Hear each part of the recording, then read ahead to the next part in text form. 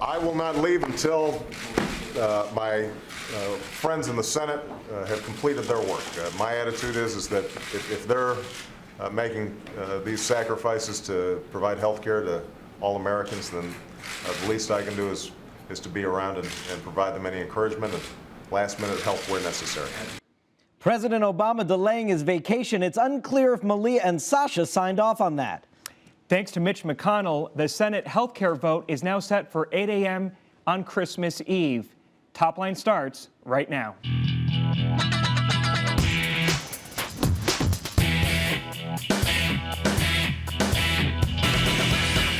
Hello and welcome to ABCNews.com's Top Line. I'm David Chalian. And I'm Teddy Davis. Each weekday at noon Eastern, we're bringing you the very latest political headlines, reporting, insight, analysis, everything you need and want to know about politics.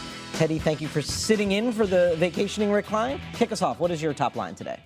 The fight goes on. The Progressive Change Campaign Committee is out with a new ad today calling for the public option. They are angry with President Obama for telling the Washington Post today that he didn't campaign on the issue of the public option.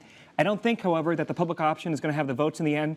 They still don't have the 60. It's not even close. I understand that these liberal groups need to keep up this fight. The president's already talking about it in the past tense. The public option is no longer part of this bill. And I'm not sure why they think they'll be any more successful at this portion of the fight than they were all throughout 2009, which was totally unsuccessful in trying to get this done. Bagging birds and votes. Take a look at this photo from Politico.com. Yes, you can take the boy out of Brooklyn, but you can't take Brooklyn out of the boy. Look at that. Chuck Schumer in hunting gear with Ben Nelson in Nebraska. Now, we are told, and when we read Ben Smith's account here in Politico, that there was no dealing done on health care during this fall trip that Schumer made out to Nebraska. It was just relationship building, but it ended up being a key relationship needed. Ben Nelson was that last 60th vote, and Schumer was shuttling in Reid's office back and forth between the liberals and Ben Nelson to make sure that Harry Reid could have the 60 votes he needed. Small price to pay. Tim Geithner says forget about the pork. That's what he told George Stephanopoulos on Good Morning America. He says that the health care bill is going to be good for the United States, even if it took a few backroom deals.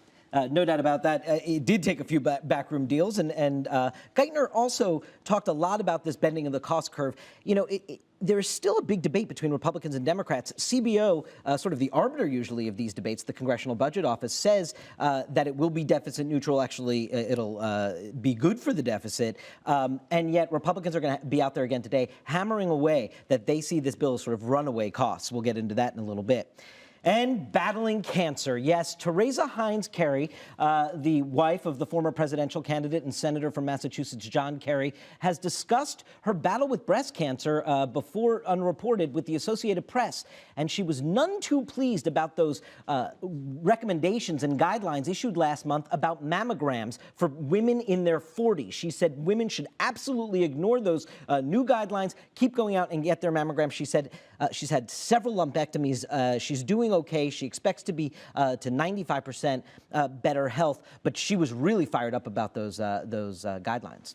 Yeah, really controversial stuff. No doubt about it. We're going to begin with the health care debate up on Capitol Hill. We are joined by Republican Senator John Barrosso, a doctor who joins us he's the Republican from Wyoming. Senator Barrosso, thank you for being here. I want to begin, obviously, this is, we're long past debating the actual bill at this point. The Democrats have the vote. It's going to be a party line vote, and it's going to be a historic vote, no doubt, for the United States Senate tomorrow morning at 8 o'clock in the morning. But before that final vote is cast, I do want to understand one thing from you and your side of the aisle here, is if you could take one thing, one specific policy proposal that is in the health care bill and actually what would it be? What's the one thing you would jettison from the bill that would actually make this a little more attractive? Well, I brought 4 amendments to the floor on Sunday, and they were all rejected by Senator Baucus that I thought would help improve the bill. I thought that people on Medicare, when they're going to cut $500 billion from Medicare, that they ought to be able to contract privately with a doctor to get care if they couldn't get it because of this bill. I brought an amendment that said if insurance rates, private insurance rates, personal insurance rates, insurance for your business goes up, health insurance rates, even though the president says they're going to go down, if they go up, then the insurance commissioner from your state ought to be able to say, okay, hey, it went up faster than the consumer price index, so let's eliminate the mandates from our state because the bill didn't deliver as promised.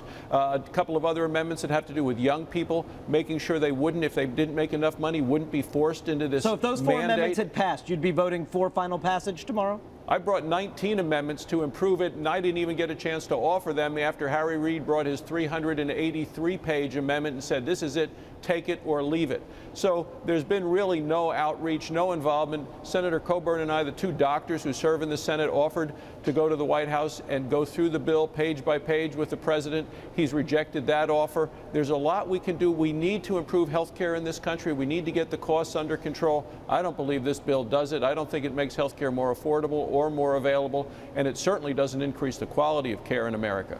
Senator, let's look ahead for just a moment. If President Obama signs a health care bill into law, in the years ahead, Republicans are going to face a big choice. Do you accept the program or do you seek to dismantle it? Going into 2010, what do you want Republicans running for the Senate to say? Do you want them promising the country that the Republicans, if they were to retain the majority in the Congress, that they would actually seek to repeal the health care bill?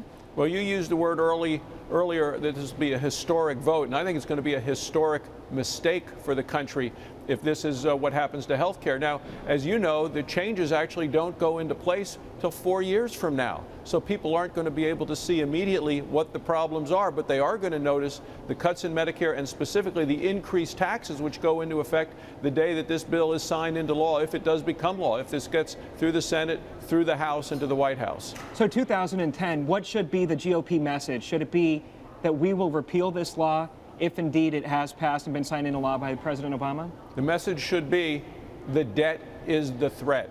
That is the problem with our nation right now. That is our biggest problem. If you take a look and do polling, and I know you do at ABC News, look at it. What do people concern themselves about? What are they worried about? Jobs, the economy. We have a 10% unemployment in this country today. People need jobs. There are a lot of people that wish they were working today. When you talk about, the Senate here still working, there are a lot of Americans that wish they had jobs today. That's where we ought to be focused in 2010. Focus on the economy, on jobs, on growth, on competition, and not on harming our economy with things like cap and tax, the whole global concerns of the environment. Right. Focus on jobs and the economy and the debt. That's what we ought to be looking at, all the excess spending that's unnecessary and unwise. Senator, we were initially told that this debate was going to go its full length all the way to 7 p.m. tomorrow night on Christmas Eve. Obviously, a very dramatic moment it would have been, I guess, on the Senate floor as families were gathered around their holiday tables. In the end, Mitch McConnell, your leader, kind of relented on that. Yet Republicans have been saying all along they needed the full 30 hours of debate between each of these votes to continue to explain to the American people what's wrong with this bill. Why'd you guys relent on that?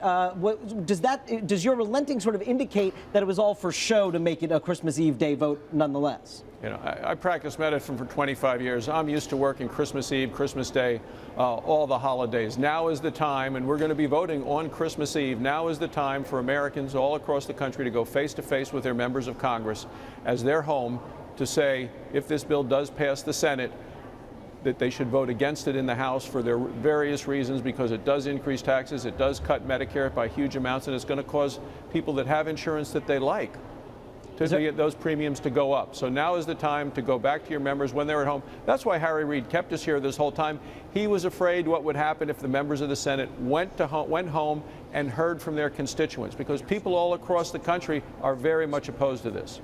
Senator John Barrosso, Republican of Wyoming, thank you very much for being here today. We appreciate it. Thanks. Merry Christmas. To you too, sir. And he's not wrong about Harry Reid keeping folks there, Teddy. I mean, I think according to the Senate historian, I think there was only one other time in recent history where they remained in session quite this long.